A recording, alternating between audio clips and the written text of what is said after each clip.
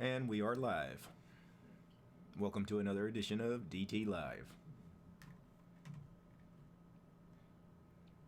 Give me just a second to get things set up here. Welcome to another edition of DT Live. Okay. Tonight's topics, of course, from the show title, you guys can guess. I'm going to discuss an article that was written by Matt Hartley over at Detonation. He wrote an article, basically the top 10 reasons why Linux failed. Top 10 reasons why Linux failed is the title of his article, and he's talking specifically about Linux failing on the desktop. I want to talk a little bit about that. I agree with many of his points, actually. We're also going to discuss the recent malware situation. There were some malware found in the Arch, AUR, the Arch user repository. We'll discuss that very briefly. There's not much to that story. And then I'm going to take a look at the Browsh Browser. I don't know if that's how you pronounce this thing, but it is a new terminal-based browser. It's kind of interesting. The sound is a little low. Okay, hold on just a second.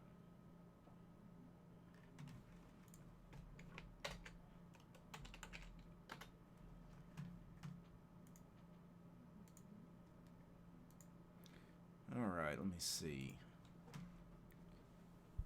Everything looks good in PulseAudio. Let's see what my gain.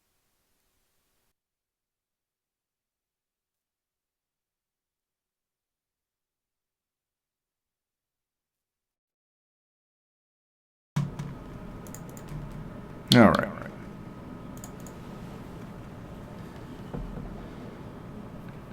Testing 1 2 3. Testing 1 2 3.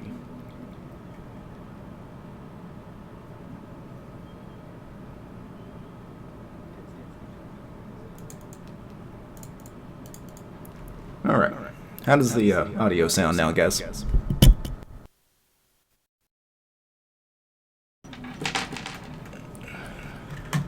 Looks like it is. There's an echo? Okay. I can stop the echo. Give me just a second. I'm going to kill the stream for about 10 seconds.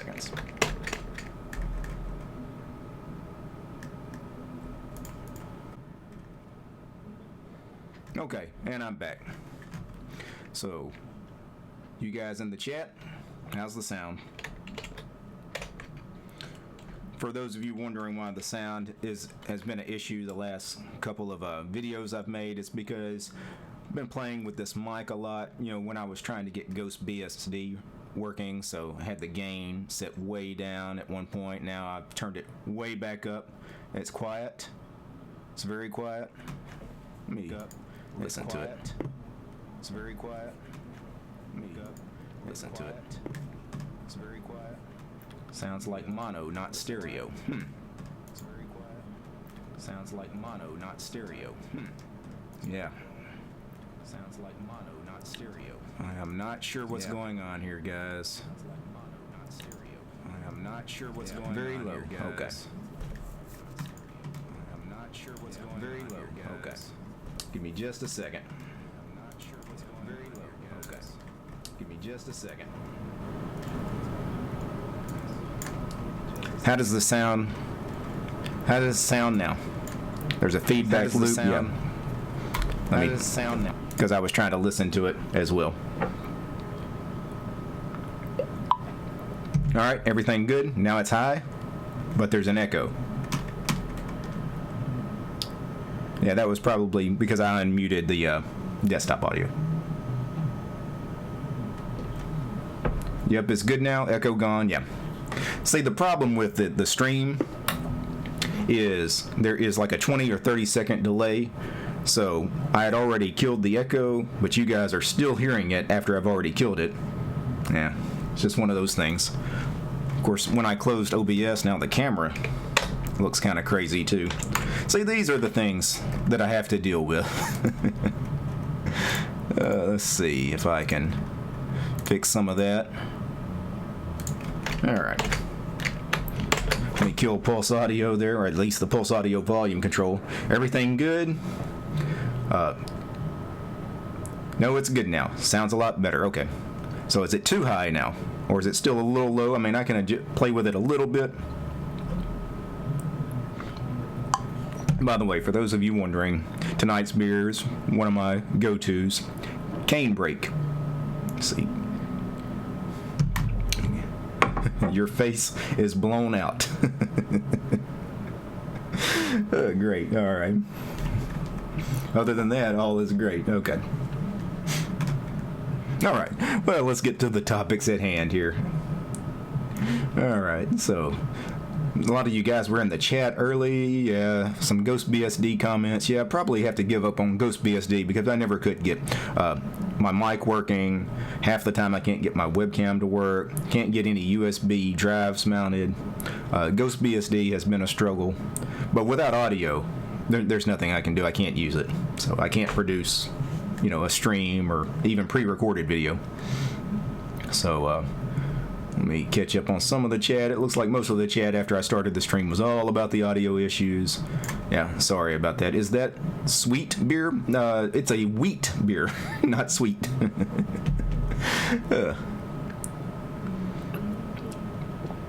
But it is a good beer if you like wheat beers. Cane Break. Probably hard to find. It is from a small brewery called Browsh Brewery out of Broussard, Louisiana. So... let's see. A lot of you guys are already in the chat here. We might wait a couple of more minutes before we get into the main topic. Let's see. Yeah. Got Mr. GFW, who I like to call Mr. F. He's always here. Ansem, how you doing? Finnick is here. Trouble. Let's see, the lights reflecting off your forehead are saturating the sensor. You know what? I can kill some of the lighting. Either that or I can add more lighting. Yeah, there we go. Yeah, Manjaro is my main OS right now. I wanted it to be GhostBSD, but for right now, Manjaro is what we're sticking with today. Yes. Slight name mod out of respect. That's just Derek's shining intellect. GFW, politically correct version. I think he should just change his name to Mr. F. Mr. EFF. That works on two different levels because Electronic Freedom Foundation and then, of course, F.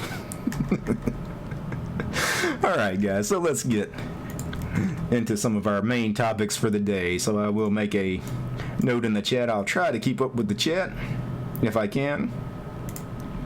Well, let's see. Let me get things straight here.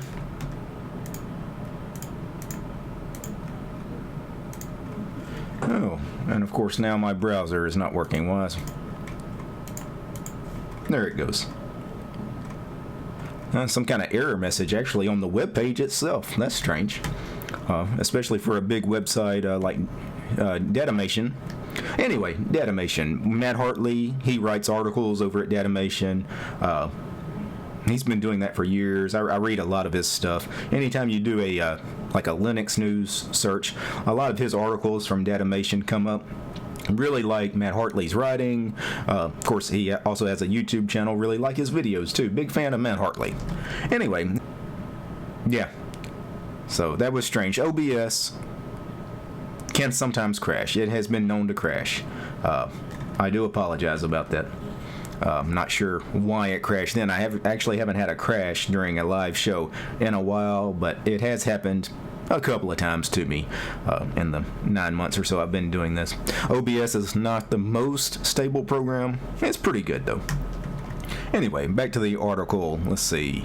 First, I want to be absolutely clear about something. I've been in full-time Linux on the desktop for over a decade. This is Matt Hartley talking. Let's see. Inside the failure of desktop Linux. Number one, Linux isn't pre-installed. That is definitely correct. Linux is not pre-installed, and that is the biggest reason why Linux is a failure on the desktop. The fact is, most computer users are not going to install an OS. They're not. They're not going to burn a live USB stick or a live DVD. They're not going to go through an install process. Your mom, your grandmother, your next door neighbor, think about your average person that you know. How many of them do you think would download an ISO, burn an image to a USB stick, and install an OS that they know nothing about? It's not happening.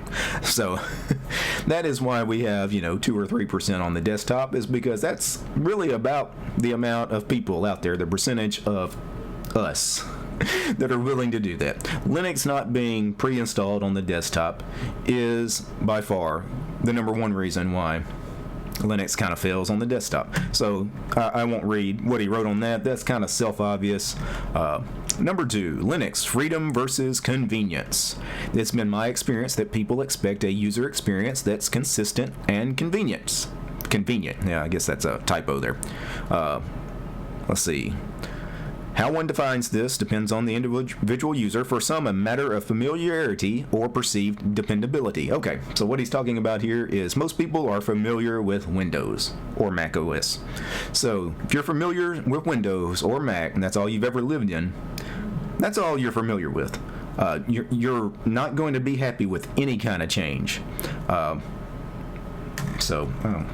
I got some kind of message here. Oh.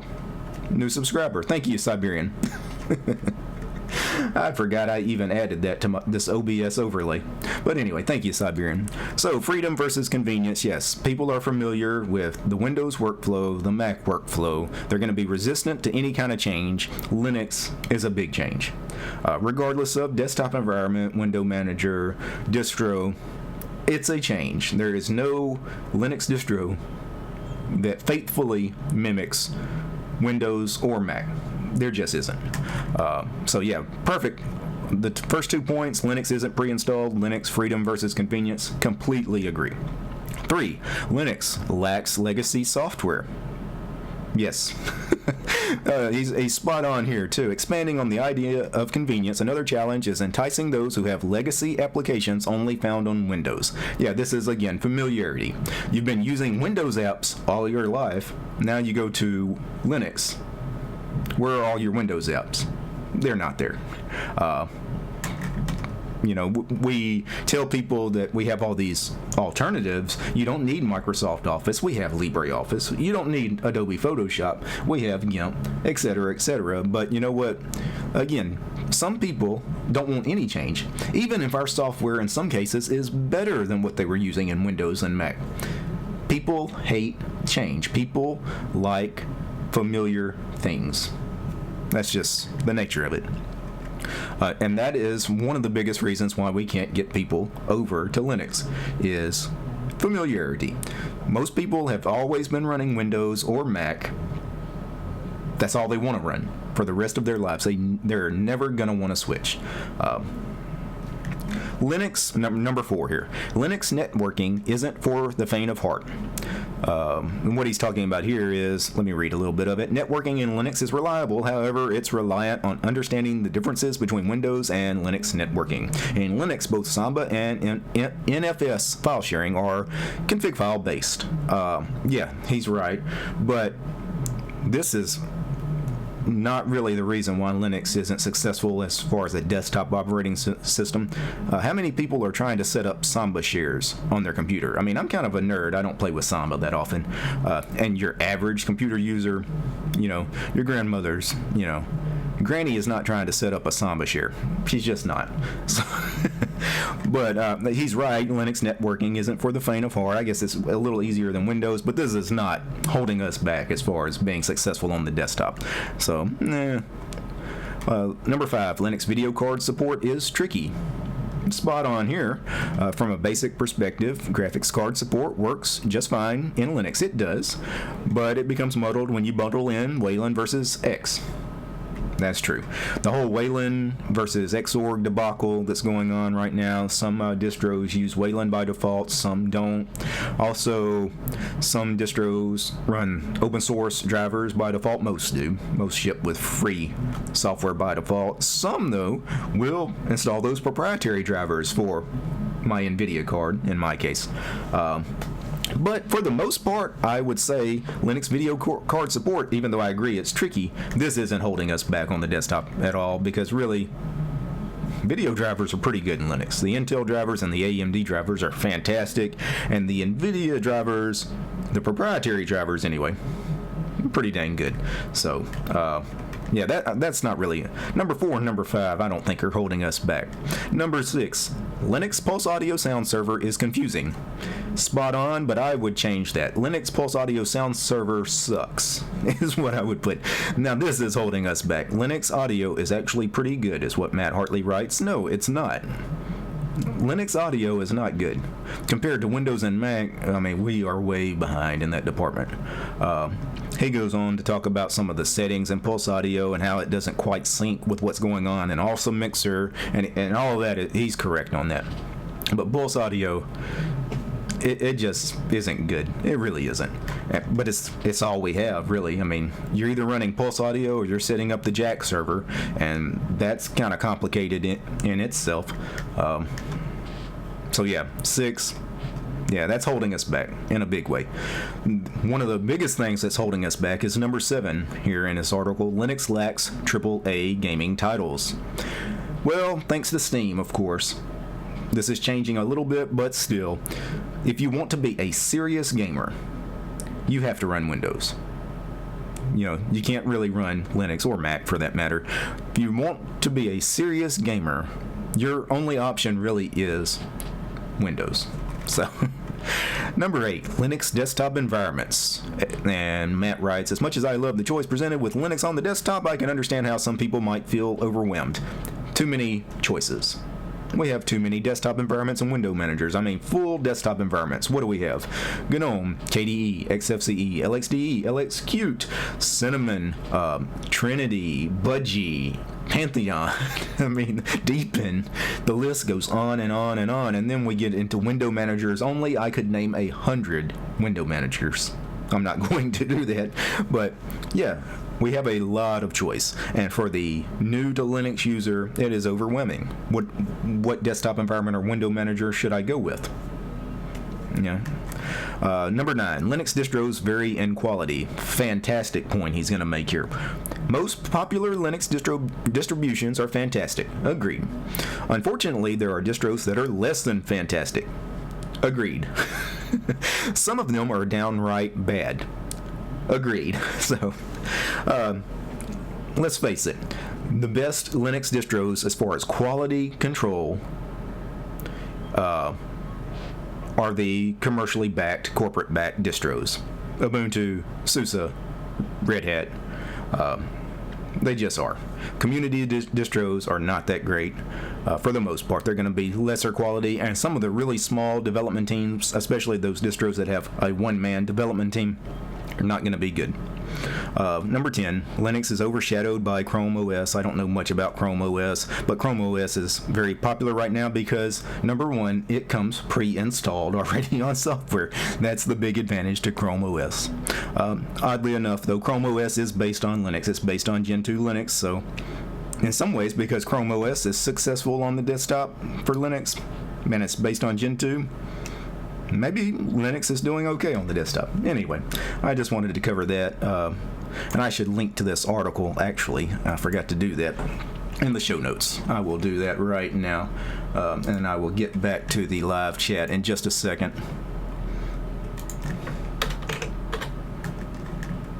I'm going to link to a couple of different things I'm going to cover tonight. I actually meant to put all of this in the show notes. I was running a little late this evening. All right. All the links should be there now. All right, I'm going to try to catch back up on the chat. I know I missed a ton of it. By the way, somebody mentioned the audio is bad. I don't have my earphones on it, and I'm not listening to the mic. So as long as you guys can hear it now, the sound was very low to the point nobody could hear it before. So I turned the gain way up, and that's probably doesn't sound real good either.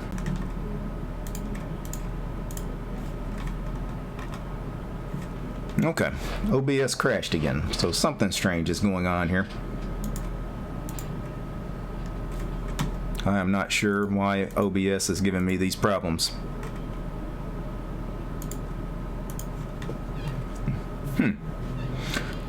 No, I'm not running GhostBSD. People are asking, is this on GhostBSD? No, these are actually on Manjaro. I'm not sure what's going on with OBS and Manjaro today, though.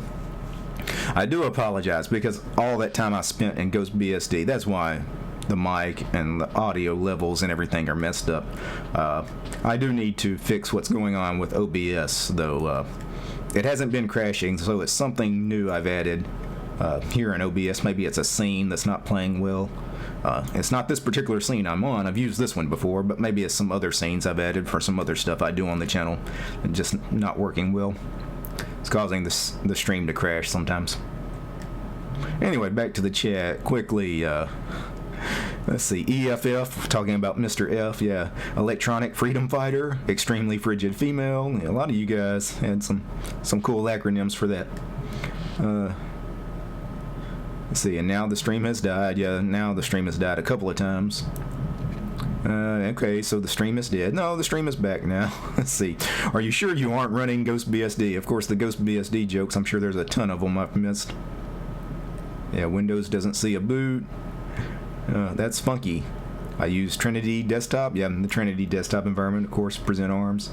It says he's the dev of Trinity My PC Linux OS. Let's see, Linux networking is easy. Yeah, I don't find Linux networking difficult. He was saying it's easier in Windows. Either way, I don't think that's holding us back on the desktop. So the background noise sounds like an air conditioner. It's because this gain is way too high. I could try to fix it, but there's a very good chance I'm going to have to kill the stream after I fix it. But I will fix it.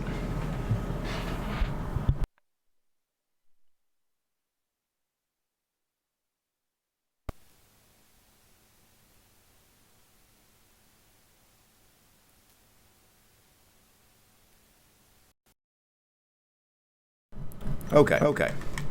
Is there an echo? I bet there is.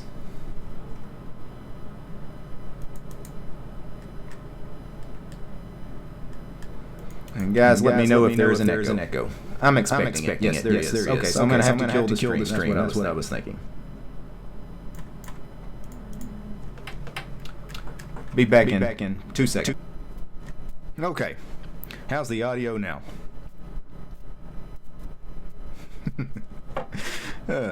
Testing 1, 2, 3. Fixed. Okay. Is the level good? Now it's quiet. Great. Better. Is it too low? Good. Leave it alone. Well, I can adjust it. It's a little low. I can adjust it without getting that echo, I think. Because I can adjust the gain without actually playing with the mic itself. I can do a gain adjustment in OBS, and I don't think it will cause me problems. How are the levels now?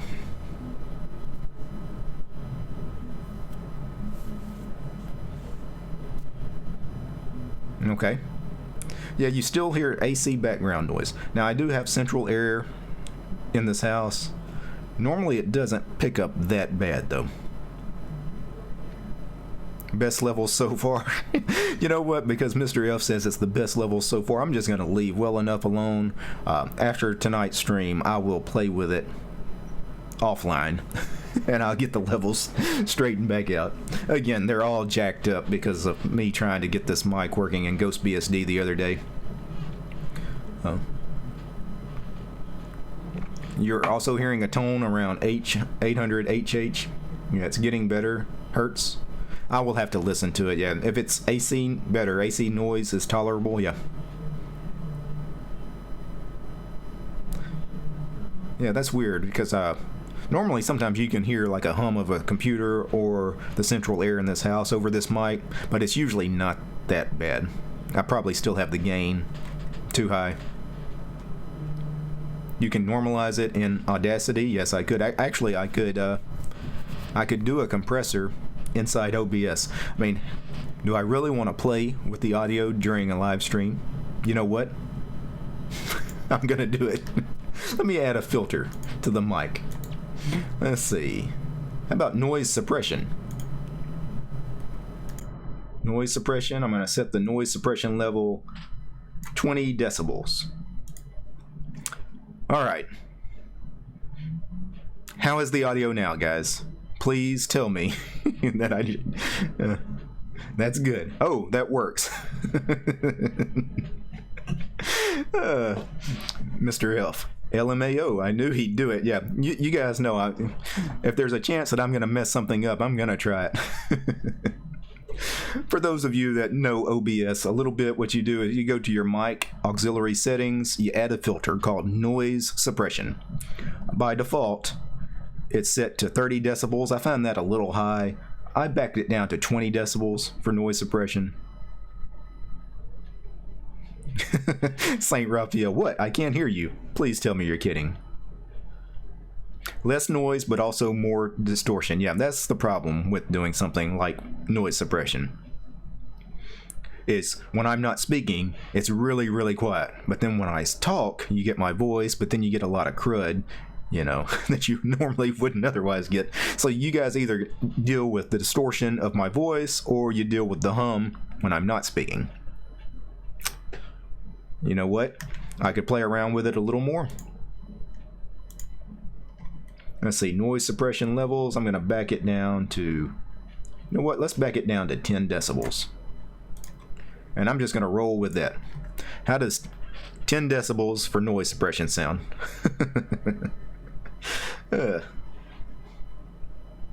I still hear a bit of a high-pitched background noise.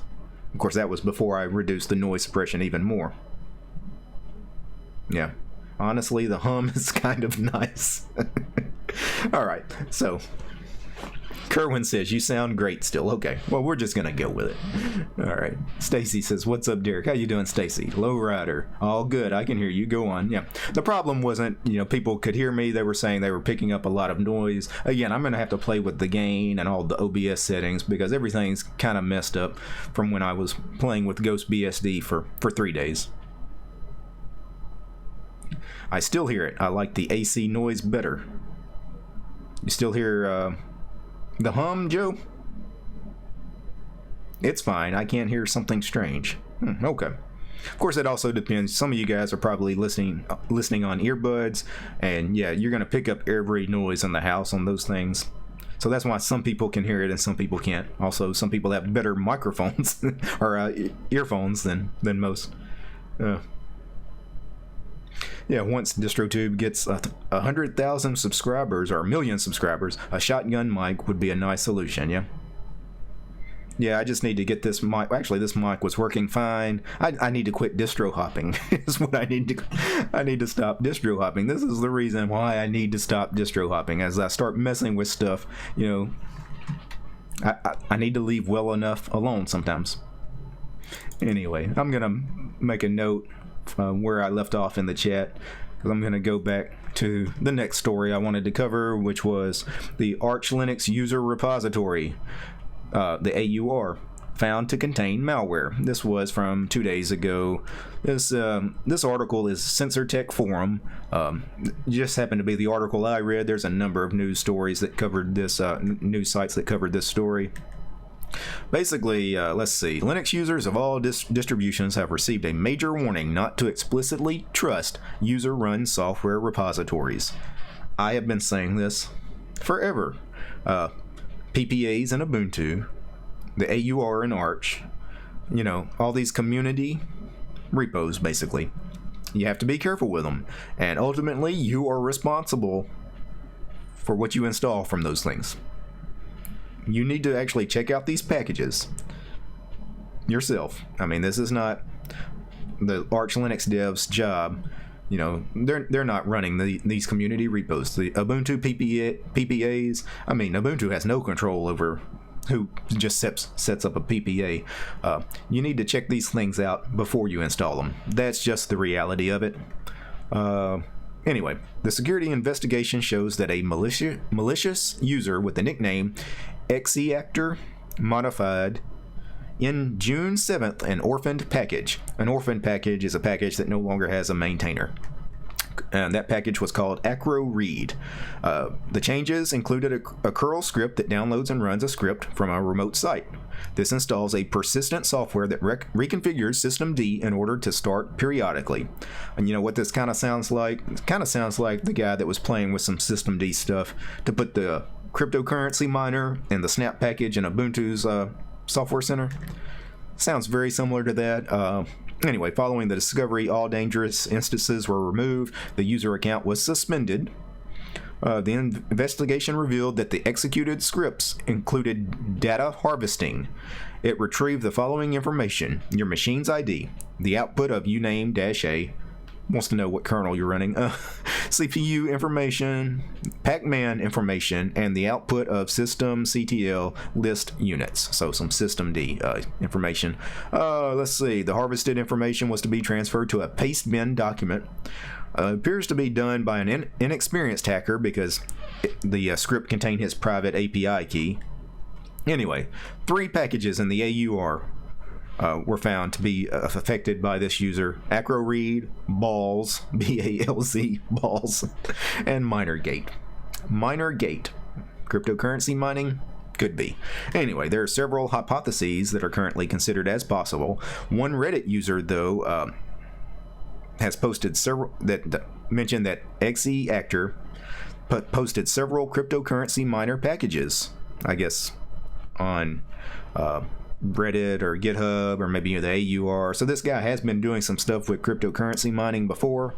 So it's probably what he was attempting to do is put some kind of cryptocurrency miner on these people's machines without them knowing. So basically, what we talked about with the snap package in the Ubuntu Software Center, it's the same kind of deal.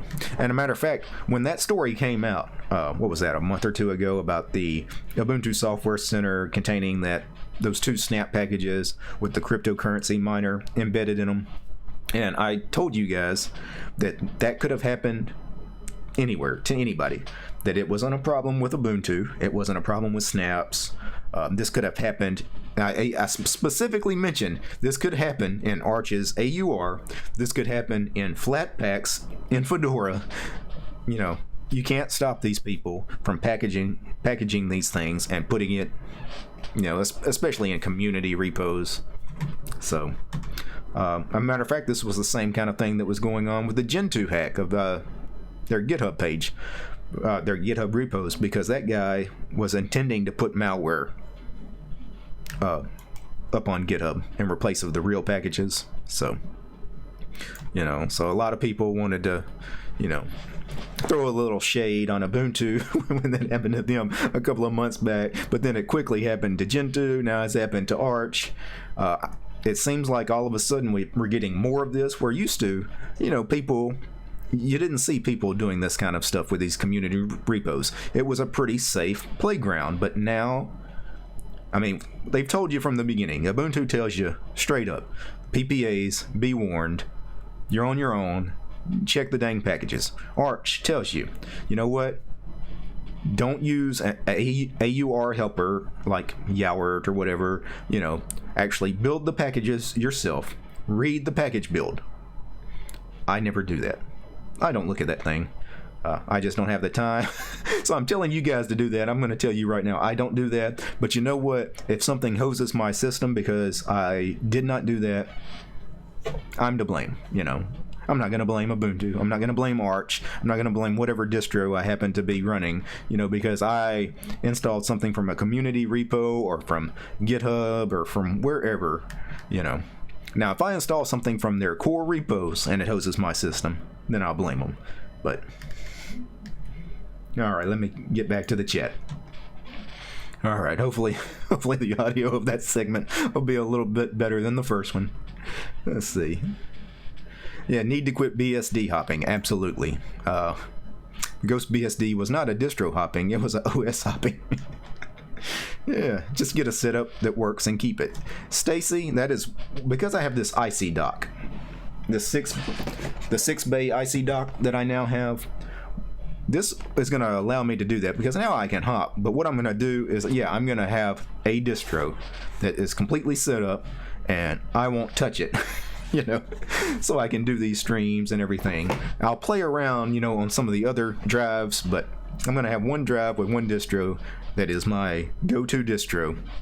And yeah, that's the plan. So it's not the plan right now, because obviously I've messed everything up playing with GhostBSD this week, but going forward, I think that's going to be the plan.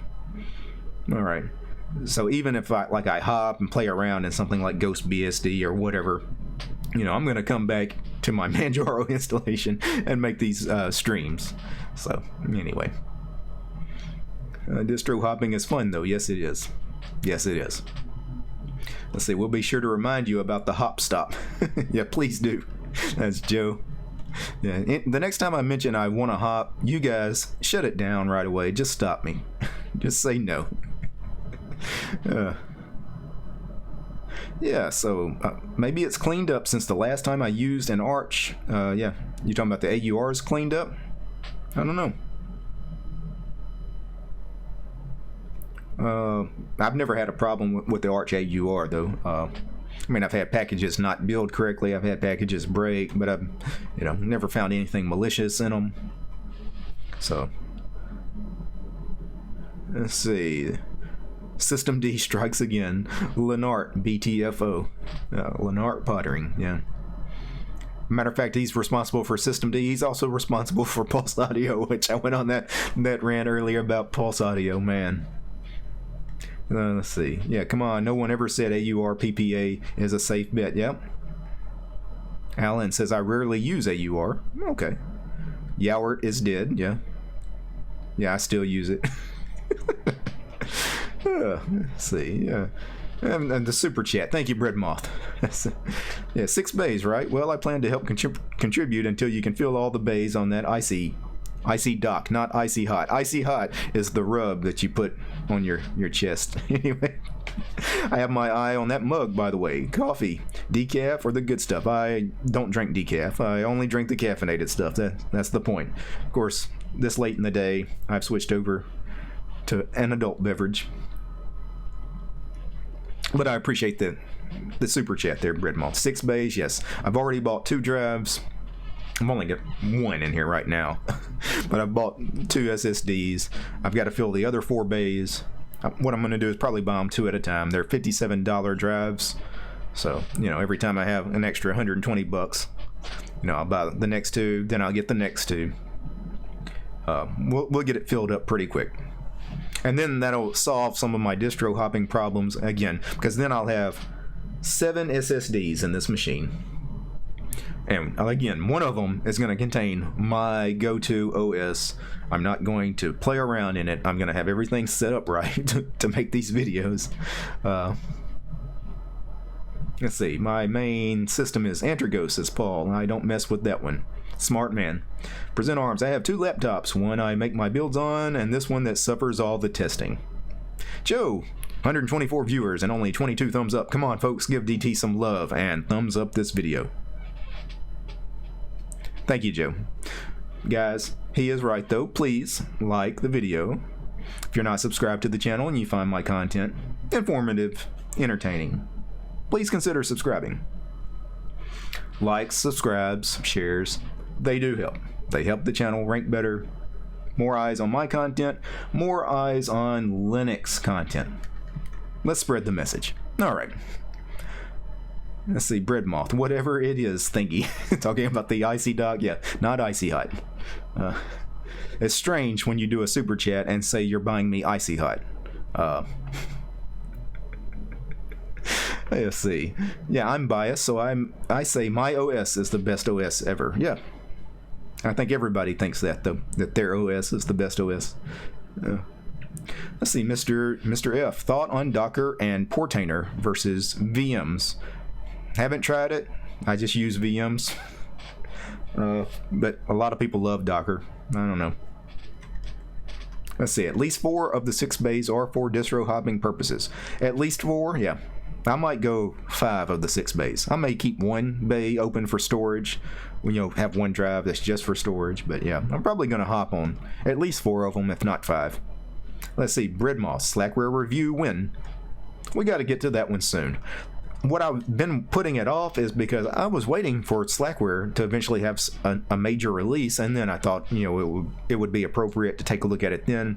But you know what, I may just have to go ahead and take a look at it before then, because who knows when Slackware will get another release. There's no set schedule with that one. It's kind of like Debian. When's the next Debian release? Well, it could be years. So, but yeah, a lot of people have been asking about the Slackware review. I do need to review it. I mean, Slackware is the granddaddy of them all. It is the oldest active Linux distribution. It's still around. Slackware, 1993, wasn't it? I believe Slackware and Debian, both 1993, just a couple of months apart they started, actually, and both of them are still around. Incredible. Let's see. So I put Linux Mint 19 on my 256 gig SSD today. Very cool. Let's see. Arch AUR is offline. The Arch AUR is offline. I installed something from the AUR earlier today in Manjaro, so I don't know. I'm not sure what you mean there. Let's see. Decaf is like if there is an unhealthy kill, defeats the entire purpose. Yeah. Slackware is and will always be king. I'm on an iPad Pro. I'm sorry. Nothing wrong with the Crapple devices. Don't take it personally. What's wrong with Systemd? Systemd, I don't. It's funny. I went on the PulseAudio rant, but Systemd I don't mind so much, but a lot of people do. Autocorrect is annoying, says Paul. Yes, it is. Autocorrect really bugs me on my phone. Because most of the time it autocorrects. I was actually meaning to spell what I meant to. Let's see. Slackware and rat poison on your main machine. No. I don't think I'm going to switch to Slackware or rat poison. The rat poison tiling window manager on my main machine. Nice try, though. Choose Peppermint 9 DT. You won't be disappointed. I'm sure Peppermint 9 would run just fine. What I need to do is I need to, again, after this stream is over, I'm going to get the audio and everything set just the way it was before in Manjaro, and then we're not touching it. So, again, I've got, these drives that are coming eventually to fill up the IC dock. I'll play around in some of these other distros, but as far as streaming, you know what, I'm always just going to come back to this Manjaro drive and do these live streaming. Now, pre-recorded stuff I can do on these other distros inside them, because I can always filter the audio and fix things, in those. But this, I need to get all the levels and everything set and just leave it. So, Mr. F, I keep a live Linux set in case I have to travel without the laptop. Yep, more BSD. It's like a car wreck. You just can't turn away. No more BSD. We're tapping out. I've still got Ghost BSD installed. It's just, if I can't get the mic working, and at this point, I'm probably going to reformat that drive in the next couple days and just hop to something else on that drive. Breadmoth, another super chat. Appreciate you, sir. Idea for obscure desktop environment review, FVWM95. Now, how does FVWM95 differ from just regular FVWM, which I reviewed? But I will add it to my to-do list, FVWM, because once I review the last obscure window manager that I'm set to review, which is Ice Window Manager, I'm probably going to get to that within the next week. Then I'm going to start another list of window managers I want to go through. I might add FVWM95 to the list. I know I'm going to do BSPWM. I know I'm going to do DWM. I have to do those two because I've had a lot of requests for those.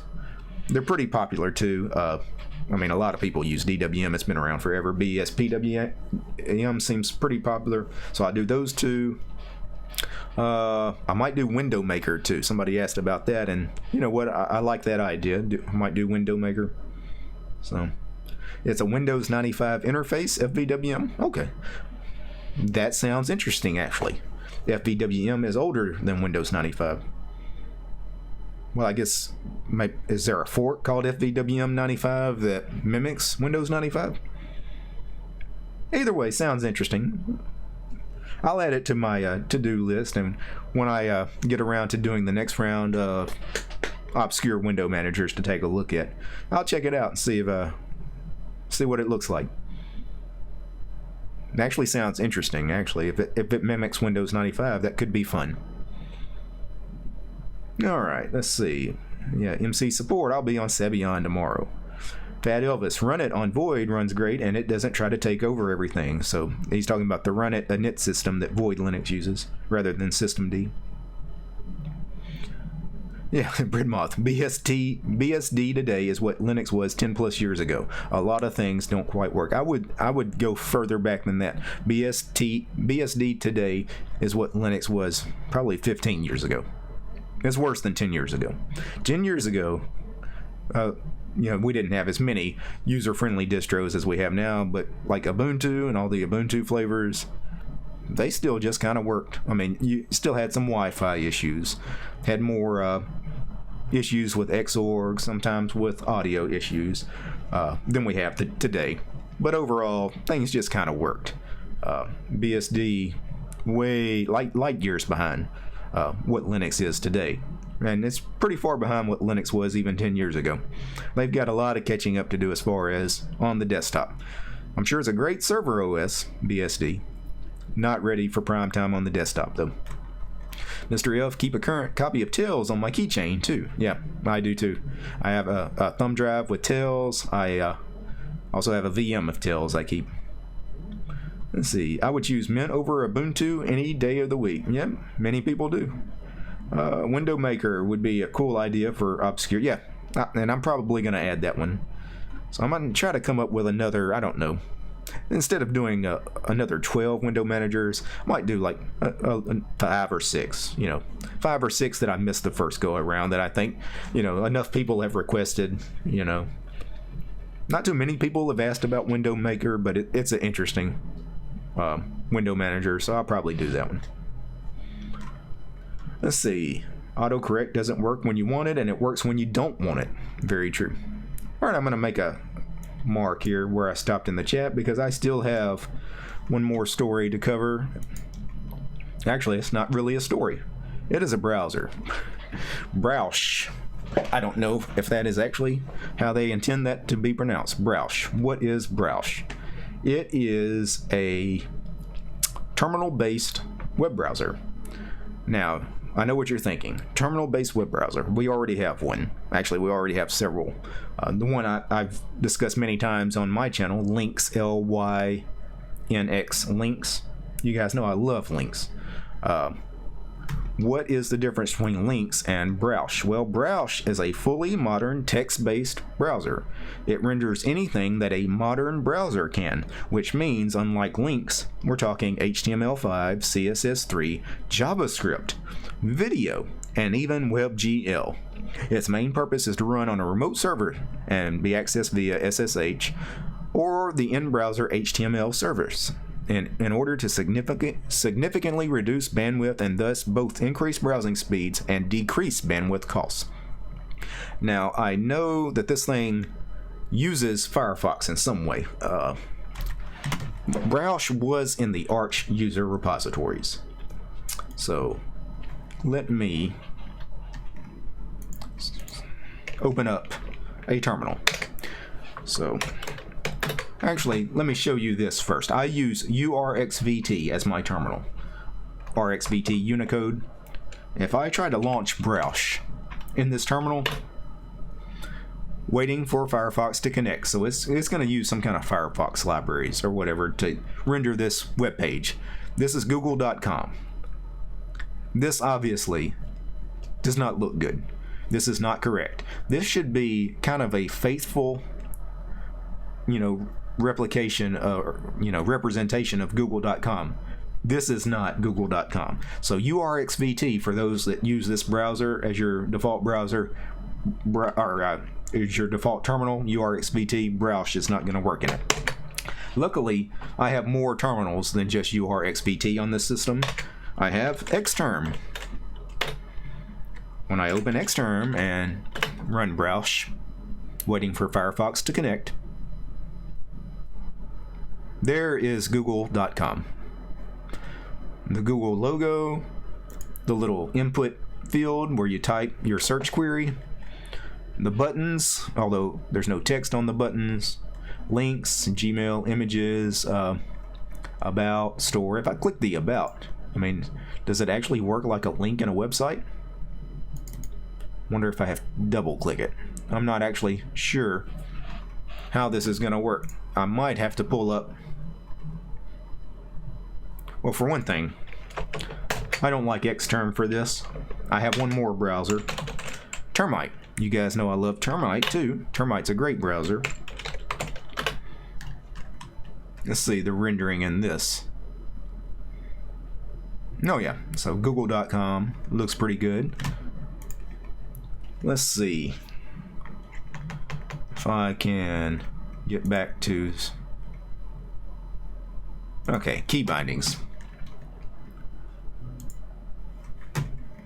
Alright, so Control L focuses the URL bar. Let me see. So the URL bar here at the top that says www.google.com. If I type Control L, okay, it highlights it. I can delete that and type a different URL. Distrowatch.com. Now, Distrowatch.com is a pretty busy webpage as far as there is a lot of stuff on the screen, a lot of text, a lot of ads, a lot of images. And you know what? That is not bad. For a terminal-based web browser, you can almost make out what some of the images and ads are. So that is pretty dang interesting, if you ask me. Page down works. It's going to take a second for everything to load on the page, I guess. Still waiting. I don't know. When I hit page down, okay, it finally rendered everything. Anyway, I don't know much about this. It was a news article I saw on OMG Ubuntu about Browsh. I've also seen some people on Reddit talking about it. Is this something that interests me? Would I use it? Me personally, no, I wouldn't. Why? Because for one thing, it's a little too heavy. I mean, it's still really, really lightweight compared to things like Firefox and Chrome, but this thing uses some Firefox stuff. I mean, it's basically trying to connect to Firefox to load a lot of this extra stuff like the JavaScript and, you know, your ads and everything. The point of a terminal-based web browser, really, in my opinion, is to be light, right? So, I mean, here is distrowatch.com and links. I had it hotkeyed. You know what? That's really nice, clean. You know what? And it looks better without all those weird ASCII images that don't even look right anyway. Just get that stuff off the screen. I mean, this right here, that's a beautiful web page. To me. Now, I know some people, you know, you have to have the images, you have to have, you know, the ads, the videos, and all that. But, you know, I mean, if you're going to view a website in the terminal or at the command line in a TTY prompt or through SSH or what have you, links is where it's at. I don't need something like Browsh. That is just it's a little too much, you know, for me. That's my opinion. But I do think it's an interesting project, and I think most of you probably will think it's an interesting project. So you guys may like it. You may have a use case for it. For me, I'm just going to stick with what I've been using, which is the Lynx web browser, which is the oldest actively developed web browser. We were talking about the oldest actively developed Linux distros, or Slackware and Debian. The oldest web browser that's been under continuous development is the Lynx web browser. It started in the very early 90s, like 91, 92. So all right, let me get back to the chat. Some interesting comments here in the chat. Let's see where I left off. Why not CDE for the Obscure Window Manager project? I'm not going to do CDE because CDE is not really recommended. There are some security issues with it. If you read the Arch wiki page about CDE, Arch actually tells you probably should not install that particular desktop environment. So I'm not going to review anything that I think could be a security risk. I wouldn't want you guys to run it. I wouldn't want to run it. So I agree. It looks interesting. Yeah. But it cannot be run securely, says Breadmoth. Yes, that's unfortunate. W3M for the win. Yeah. I mean, if you want, you know, a terminal-based web browser with some, like, ASCII images, W3M, it's not bad. But again, I think even what W3M does with the images, I don't think it's necessary. But I think it's a lot better to go that route than what Browsh is trying to do. It's trying to basically be Firefox in the terminal. And I don't see the need for that. Am I the only one who has had really bad luck with Ubuntu 18.04 main and other flavors? No, I'm sure other people have had problems with Ubuntu. The thing with these distros is just because, you know, millions of other people use something and it works for them, for whatever your particular set of hardware is, your use case, sometimes things just don't work right for you. That's just, you know, if a distro's not working for you, though, that's fine. We have, you know, hundreds of choices. There's over 300 distros listed on distrowatch.com that are actively developed. You know, just pick another one. Try it out. And if it doesn't work, pick another one. Eventually, you'll find something that works for your equipment and for your particular workflow. Yeah, the problem is I run text mode browser specifically to avoid all those modern tracking features. Absolutely.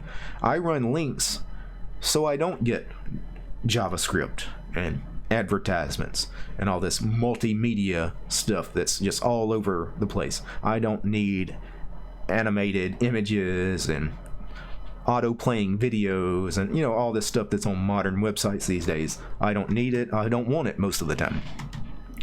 If I'm reading, you know, like what I did in Firefox here on the stream, I mean, I was reading 3 different articles for these 3 news stories. Links would have been perfect for that, you know. Matter of fact, links would have been great for that because I can do some things with links. Let me open up. Oh, opened it on the wrong screen here. Like if I wanted to read, you know, some story, this is distrowatch.com here, but if I wanted to like zoom in the text, I mean, how cool is that? That's what I can do with URXVT as my terminal and with the Lynx web browser, you know. Make it smaller, make it bigger, close it. Anyway. You guys know I love links, so I'll quit harping on that. Anyway, the Browsh browser looks cool. It looks like a really neat project. I'm going to continue to follow it. I've got it installed on my system now. I'm not going to remove it. I installed it from the AUR. I'll play with it a little more. It might have some neat features that I don't know about that I find appealing. I don't know. I really haven't looked into it that much though. Yeah, that's some high DPI logo. Okay, now go to 4chan. Just kidding. Don't go to 4chan. Okay. G to enter an address. Are you talking about in links yet? In Browsh, it was Control L to get to the URL bar. But yeah, G is to enter an address in links. 2 words, but why, says Joe about the Browsh browser. Yes. Holy moly, maybe it's what you meant to type there, Finnick. That is cool. Okay. I'm not sure. Wow, how fast it is. But how's it work for porn? We're not going there. That is the ugliest browser in my opinion. Sorry, Browsh. All these years to get to where we are, and now this. Oh, the chat skipped ahead on me. Lost my place here. Let's see. Sorry, guys. Yes, check out links. Yeah, there's 2 different text-based web browsers. The one I just showed you is Lynx, the oldest web browser that I talked about. LYNX. It's been around forever. There is also a text-based web browser called Lynx, Links, like the word links. There is also a text-based web browser called eLinks, Elinks. And as somebody mentioned earlier, there's also W3M, another terminal-based web browser. There's a lot of these things. Let's see. Yeah, you can't beat YouPorn on links. Okay. Let's see. Siberian, MX or Antix, also without systemd, yeah. I think you have the option of running MX with systemd though. Antix, no systemd. Yeah, Dev1 is too poorly supported. Yeah, Dev1 is a Debian-based distro without systemd. If I weren't introduced to Slackware, I probably would have started with Debian, says Breadmoth. Yeah. Debian's nice.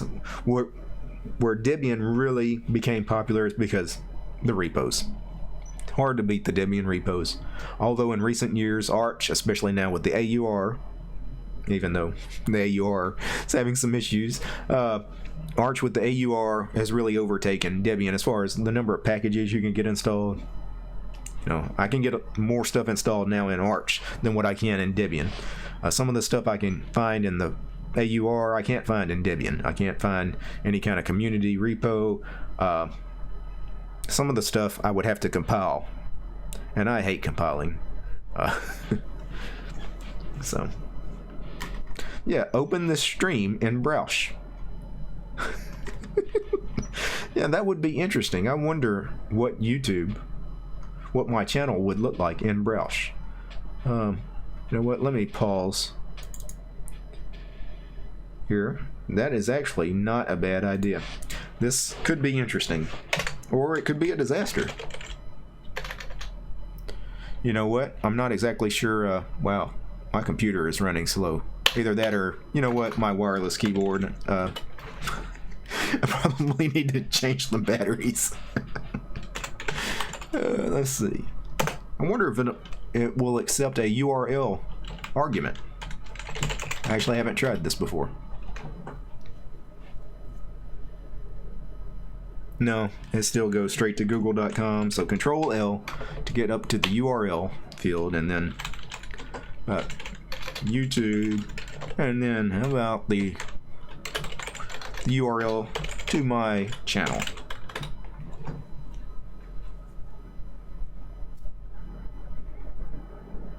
Bread Moth, appreciate that, buddy. You know what? That kind of looks like it. That's not too bad. That's kind of interesting, actually. It even has the live now thing going on. Should I see what the stream? No, I better not, because it may actually play audio. I'm not sure if I'd be able to mute the audio. We'd have some weird feedback. But that is interesting. Alright, yeah, Bread Moth. Thank you, buddy. Another idea for OS review, Minuet OS. You know, somebody else has asked me about Minuet in the past. It may have been you, but I think it was somebody else. An OS written completely in assembly. Forgot all about that. Yep. Yeah, I'll have to check into that. Of course, you know, OS written completely in assembly. You know, some of these OSs, you know, I have to make sure that I can actually review them. Some of them do not install correctly in a VM, or some of them don't actually work well on physical hardware, or they work well with physical hardware, but like if I wanted to do a recording, OBS may not be available for software or simple screen recorder or anything like that. Some of you guys, when I was talking about, you know, going to GhostBSD, said I should give Haiku a try, which is BOS based. No, I couldn't get any of the multimedia programs that I normally use to do my channel installed in something like Haiku. There's no way I could live in Haiku. It's just not possible. Minuet OS, of course I'm not going to try to live in it, but you know, some of these things are not even possible for me to review sometimes. Yeah. Especially if they're like alpha quality software. I'll have to check into it though. I'll write that one down too, but I think I've already got it written down from somebody else asking me about it. But thank you, Breadmoth. Analog, appreciate that super chat, sir. Much appreciated. Yeah, you guys really help out with that. Does help offset some of the costs associated with the channel. I still got more stuff planned as far as more equipment purchases I need to make to help improve the show. Let's see, Stacy, I hate wireless keyboards. Went to wired because I got tired of changing the batteries. Yeah, the wireless keyboards and the wireless mouse, they can give you problems sometimes. But you know what? It's nice not having wires everywhere too. Yeah. Let's see, live now. That's the stream. Click it. No, don't play the stream. Everybody wanted me to play the stream. The problem is, yeah, you're going to get weird, feedback because the audio is going to be playing if I click the stream. And then I got to try to find where's the mute button? Is it even going to render the mute button right in the video? Like I may be clicking stuff and it may not even work. I don't even know if clicking on the screen would do anything. But I guess I could always just kill the window. I'm in a tiling window manager. I've got, a key binding that'll kill any running program that's got focus. So interesting is an appropriate way to put it. Okay. See, the chat skipped ahead here. Sorry, guys. OS and assembly. What kind of magic is that? Yeah, I'm gonna have to check out that. Mr. F, tried the new Shark release DT. Yeah, I got your email about that the other day, Mr. F. I actually downloaded that ISO. I thought about maybe doing that tomorrow. I can't promise that it'll get done tomorrow. But the next time I do a distro review, I can tell you it will probably be Shark. I'm not sure, when the next distro review will be. But I have the ISO, so I'm definitely going to take a look at it. It sounds interesting. Yeah, Haiku will never be ready. Yeah, probably not. Neither will ReactOS. People ask me about ReactOS all the time, too. ReactOS has been alpha software for over a decade now. By the time it gets a 1.0 release, nobody's going to want it. So, yeah, just try Minuet OS and a VM. I'll check it out. The only reason I mentioned, that I could have problems is because, yeah, sometimes people ask me to review, strange things, and I just can't get them to work. I don't know how strange Minuet OS is. Like I said, I've done no research with it, so. Yeah, Paul says, I gotta go. Early start to the day tomorrow. Yes, I'm not gonna be on too much longer either. Well, let's see. Take care, DT. Thanks, Paul. Appreciate that, buddy. System D is alpha quality, says Fat Elvis. Okay. Have I tried Crux? I have not. People have asked me about Crux. I don't know anything about Crux. I need to take a look at it, though. Present Arms, where people donate through the channel. Are you asking where do people go to donate to the channel? If you're asking about my channel for donations, of course I have a Patreon account where people can subscribe monthly and donate whatever, any dollar amount, $1 or more. Completely up to you guys on that. For those that would rather do one-time payments, I do have PayPal. You can make a one-time donation through PayPal. Anytime I'm live streaming, you can always do what Breadmoth and Analog did and do a super chat in the chat box. It has an option for you guys to make a donation. It's called a super chat, where you give a dollar amount, and it also lets you, put a question to the dollar amount. So you guys saw, their questions they asked. So Patreon is where you make a monthly subscription donation, one-time donations, live streams. The super chat works well because you get to make it immediately. You get to ask a question immediately. You guys want to donate when I'm not live streaming, PayPal is probably where you want to go. Yeah, title is clickbaity. Yeah, I'm not ashamed of using clickbait every now and then, Spudley. I'm not sure which part is clickbaity. Linux fails on the desktop. That was really Matt Hartley. Clickbaity on that. Arch malware. Arch malware, is that clickbaity? Kinda. If that's what you're talking about, yeah, that's all me. The Browsh Browser, that's kind of clickbaity too, because it's not really ready for prime time as a browser. Yeah, probably the whole title is clickbait. You're right. Let's see. Where was I? Yeah. Is it good for virtualized gaming and such? You talking about Cubes OS? Somebody was talking about Cubes. The chat skipped ahead. Anyway, GNU Herd might be ready before ReactOS. Minix is built. into modern PCs. Temple OS. Somebody's asking for. I probably won't take a look at Temple OS. I don't know. Breadmoth. I cannot do Patreon because I am subscribed to a lot of channels. Yeah, that's fine. Yeah. I mean, we have to make choices on where we spend our money.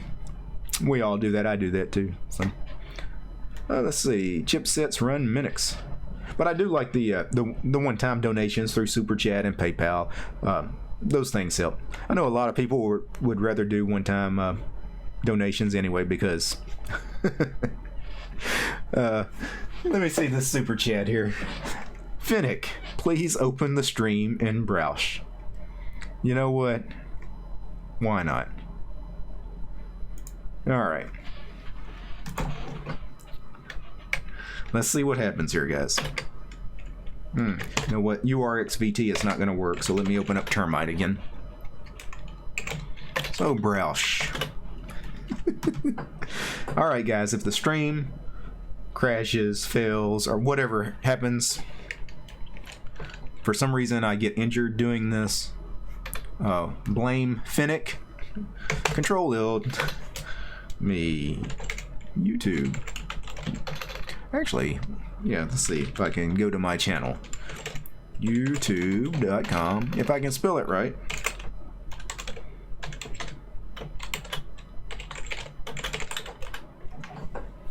Alright, let's see what happens here. This is for Finnick. Alright. Wow, it says fails. Okay, live now. I wonder if it'll let me click it. It will, so it does accept clicks.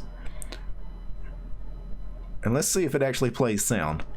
I'm actually going to let you guys get the weird feedback and everything if it does play the sound. Live just for a couple of seconds, then I'll close the browser. Okay. Unless I can find the mute button. I don't know. Clicks. And let's see if it actually plays sound. I'm actually going to let you guys get the weird feedback and everything if it does play the sound. So sound is coming through. Then I'll close the browser. Okay. Unless I can find the mute button. There should be no feedback because I did kill my speakers. Can I mute it? Yeah, let me see. I'm actually going to let you guys get the weird feedback. I had to guess exactly where the mute button, you really can't see it, but I think I got it. Or did I pause the stream completely? Anyway, we even have the chat up, but you can't read the chat. It's all pixelated, which is weird because this is text. Now, why is this pixelated? Because the plain text down here works. You would think the chat text. Huh. That's strange. Okay. Anyway, thank you, Finnick. Appreciate that.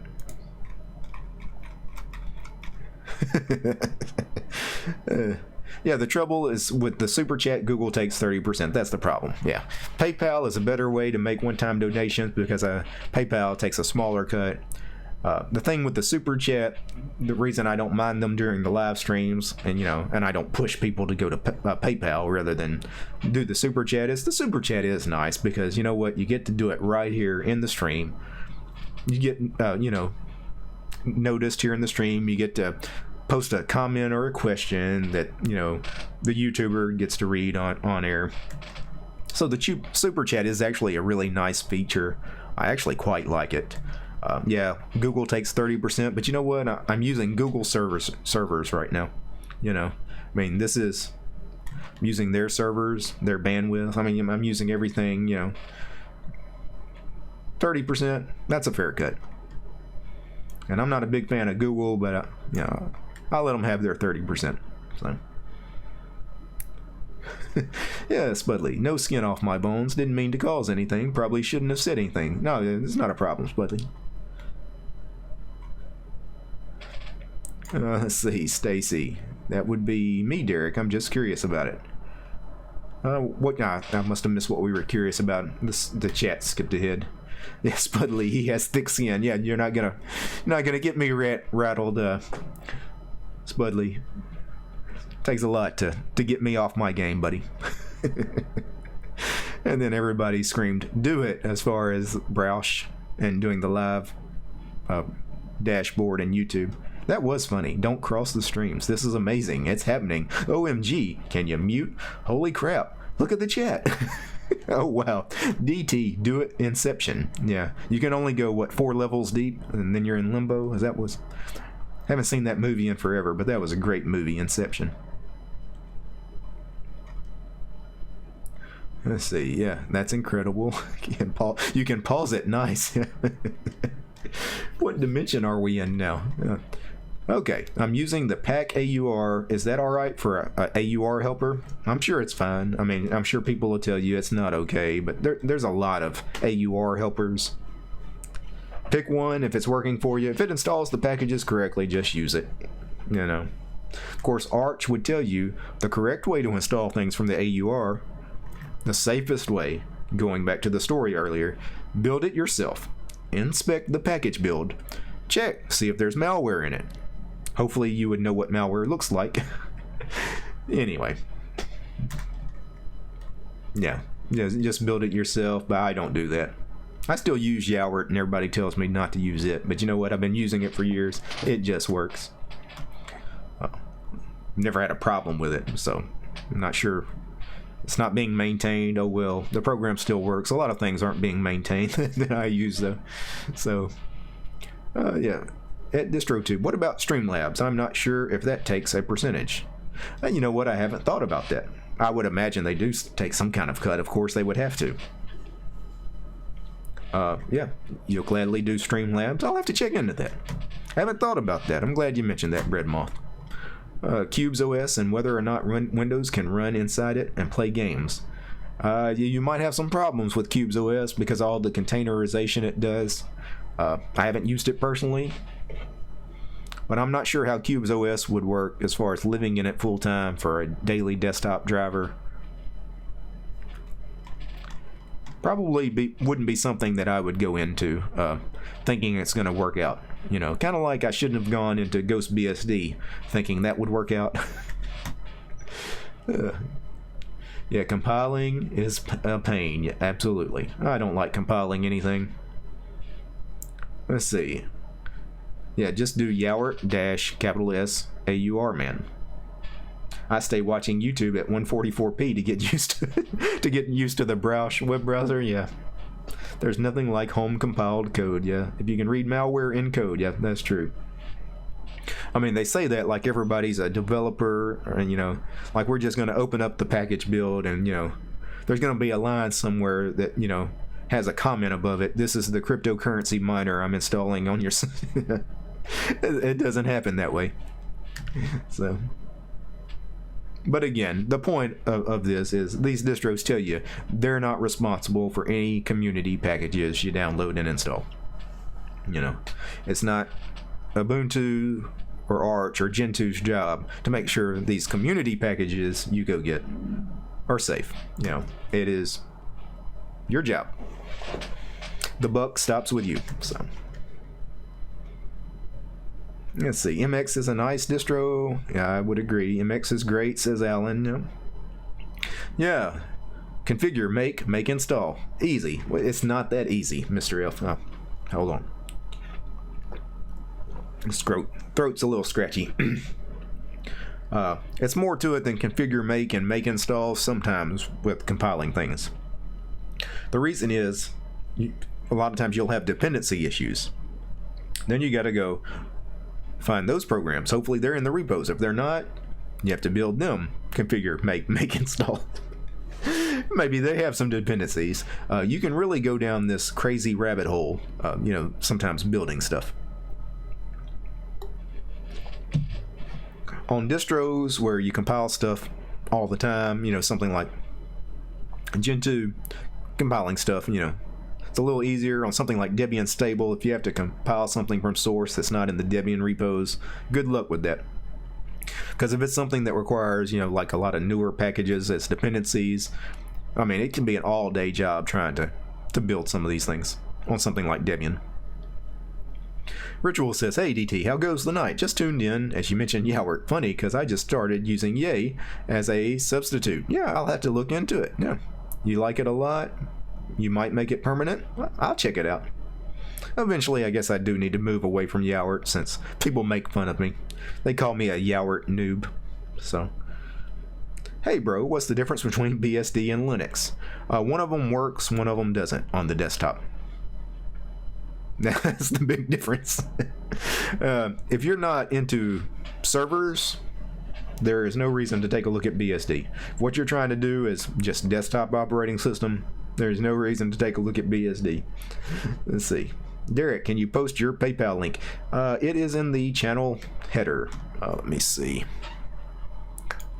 I don't know if I can post it. It is a very long link, like a massively long link. Let's see. But in the channel header, right here next to support through Patreon, where I have the Patreon link, there is the PayPal link. You guys see that? Anyway, let me see if I can I copy that. Copy link location.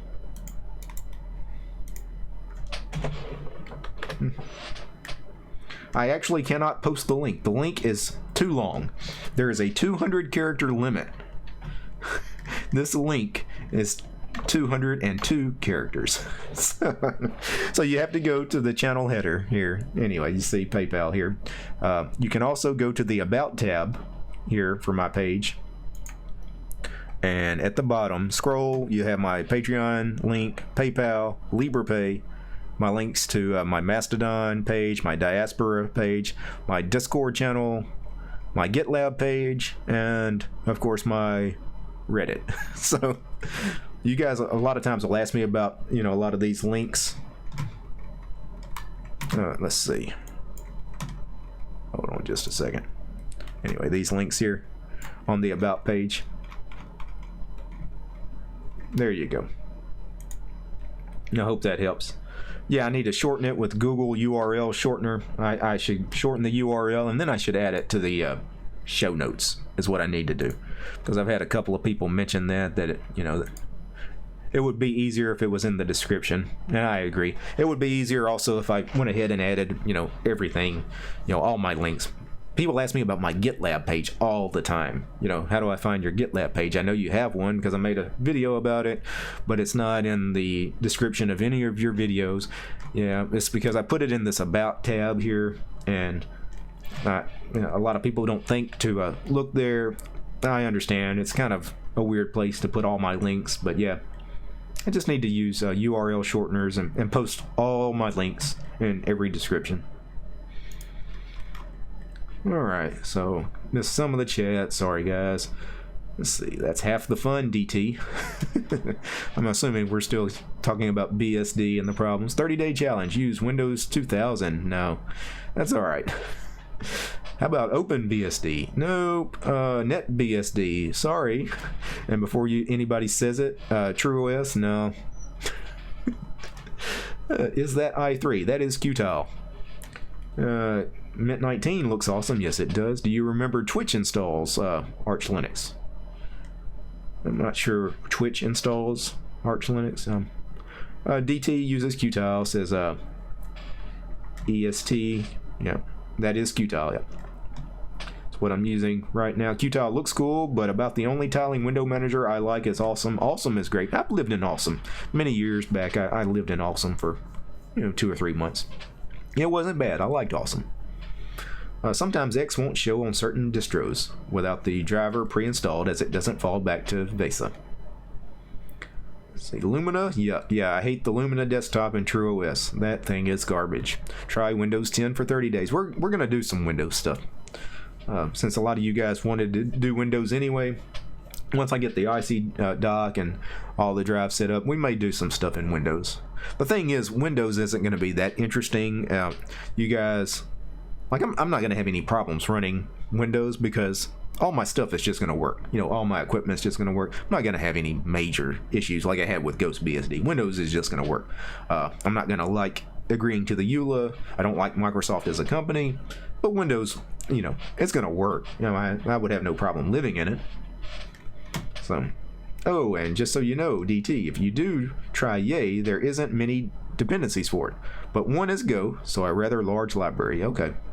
And that's something to consider. Yeah, DT challenge. Try Docker over VM, Mr. F. Might be something I take a look at as well. That's actually not a bad suggestion there for Mr. Elf. Alright, Windows 2000 is much more modern than Windows 10. Its number is 2,000 times higher than Windows 10. Oh, that's true. The version number? I didn't think about that. Yeah, Windows 10. Ha ha ha. Yeah, have a good one, Alan. I guess he's checking out. Yeah, I'm going to go ahead and kill the stream here. Just a couple more minutes. Anybody got anything they want to share and get it in the chat? Go ahead and post it now. About 2 minutes, I'll kill the stream. Try Burger BSD. Works great. I've never heard of Burger BSD. Please tell me somebody didn't create a BSD distro and call it Burger. GNU Herd challenge. No, GNU Herd, you can't, it's not ready. That particular kernel is not ready. It's not going to detect most of my hardware. I already know it's not. You know, it's nowhere near ready for use. Stacy. See you, Derek. Appreciate that, Stacy. Glad you could stop by. What kind of beer are you drinking? Yeah, earlier in the stream I mentioned it, but that's right when I started the stream. This is Canebrake. Let's see if I can get it without the light shining. Canebrake. It is a wheat beer made here in Louisiana by a Louisiana brewery called Parish Brewery. Parish Brewery out of Broussard, Louisiana. It's probably not going to be something you're going to find anywhere outside of Louisiana. Maybe some folks in Mississippi might find it. I doubt it has a very large distribution network, so it's kind of new. Hasn't been around long. Fantastic beer, though. Yeah. More Burger BSD talk. Yeah, DT, you can do some weird stuff in Windows like running X with Cygwin. That's exactly what I would probably do, actually. I was already thinking about that. If I run Windows, I'm not going to run Windows normally. I'm going to hack on it. I'm going to get a tiling window manager installed. You know, I'm going to do some different stuff on Windows 10. It's not going to be everybody else's Windows 10. You know, I'm going to make it. I'm going to GNU/Linux the hell out of Windows 10. Yeah, poke at GNU Herd and VirtualBox with a stick. Yeah.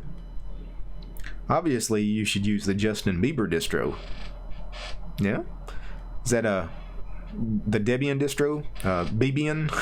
Was that what it's called? Or something crazy?